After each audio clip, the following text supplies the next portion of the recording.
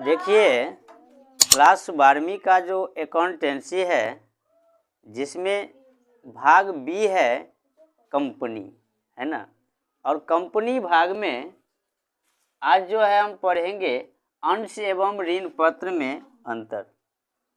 ठीक, अंश और ऋण पत्र में अंतर है, तो इसको एक एक करके अच्छे से याद रखेंगे ताकि लिखते समय कोई भी दिक्कत न हो, है ना।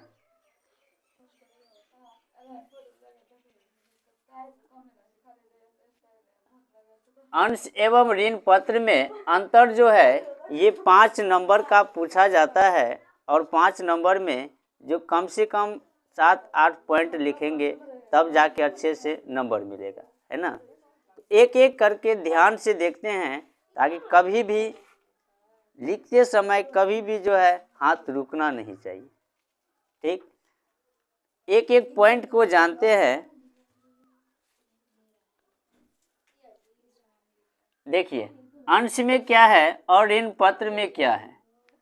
जो अंश होते हैं ये पूंजी का भाग होते हैं, है ना।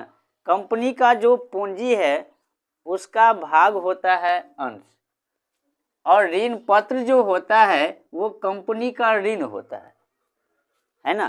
पहला पॉइंट क्या है कि कंपनी का पूंजी का भाग होता है अंश, और ऋण जो है वो कंपनी का ऋण होता है ऋण पत्र। ठीक, तो ये पहला पॉइंट हुआ। फिर दूसरा पॉइंट है कि अंशधारी कंपनी के स्वामी होते हैं। जो अंशधारी होता है वो कंपनी के स्वामी होते हैं, है ना। और ऋण पत्रधारी जिसके पास अंश है वो कंपनी के स्वामी हुए, और ऋण पत्रधारी जो ऋण पत्रधारी होते हैं वे कंपनी के लेनदार होते हैं, है ना। ऋण पत्रधारी क्या होते हैं? कंपनी के लेनदार होते हैं।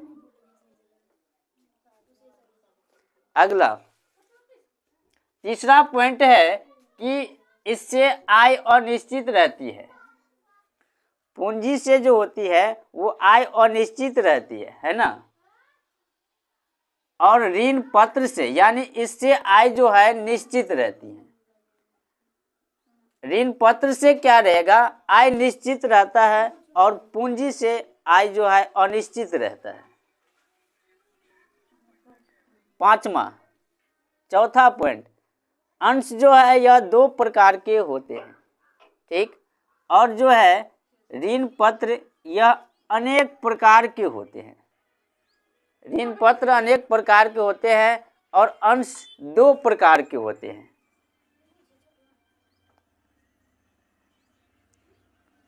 अगला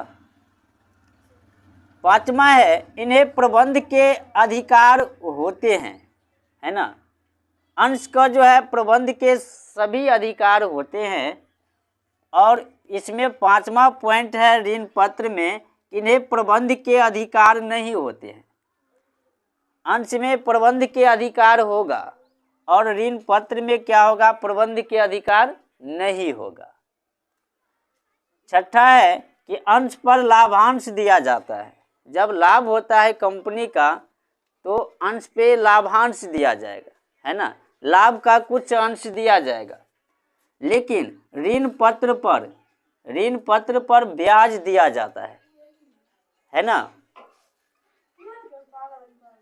7वां है कि लाभांश की दर अधिक होने के कारण लागत अधिक होता है। लाभांश का जो दर होता है वो काफ़ी ज़्यादा होता है, इसलिए उसमें लागत भी काफ़ी अधिक होता है। ऋण पत्र पर जो ब्याज का दर होता है वो कम होता है ना। और कम होने के कारण क्या होता है कि लागत भी कम पड़ती है। 8वां है, अंश की मात्रा में कमी वृद्धि नहीं की जा सकती। यदि हम बाद में चाहे अंश की मात्रा में कमी वृद्धि कर दे तो ये नहीं कर सकते हैं। 8वां है कि ऋण पत्र की मात्रा में कम वृद्धि की जा सकती है। ऋण पत्र में कम ज़्यादा कर सकते हैं। और अंश में हम कम ज़्यादा नहीं कर सकते हैं, है ना। यदि हम इस प्रकार से लिखते हैं तो काफ़ी अच्छा से रहेगा, है ना। एक बार और हम बोल देते हैं, ध्यान से सुनिएगा। अंश जो होता है पूंजी का भाग होता है, ऋण पत्र कंपनी का ऋण होता है। अंशधारी कंपनी के स्वामी होते हैं, ऋण पत्रधारी कंपनी के लेनदार होते हैं। इससे आय अनिश्चित रहती है और इससे आय निश्चित रहती है। ऋण पत्र से निश्चित, अंश से अनिश्चित रहेगा। चौथा, यह दो प्रकार के होते हैं, अंश दो प्रकार के होते हैं और यह अनेक प्रकार के होते हैं, है ना। पांचवा, इन्हें प्रबंध के अधिकार होते हैं, है ना, और इन्हें प्रबंध के अधिकार नहीं होते हैं।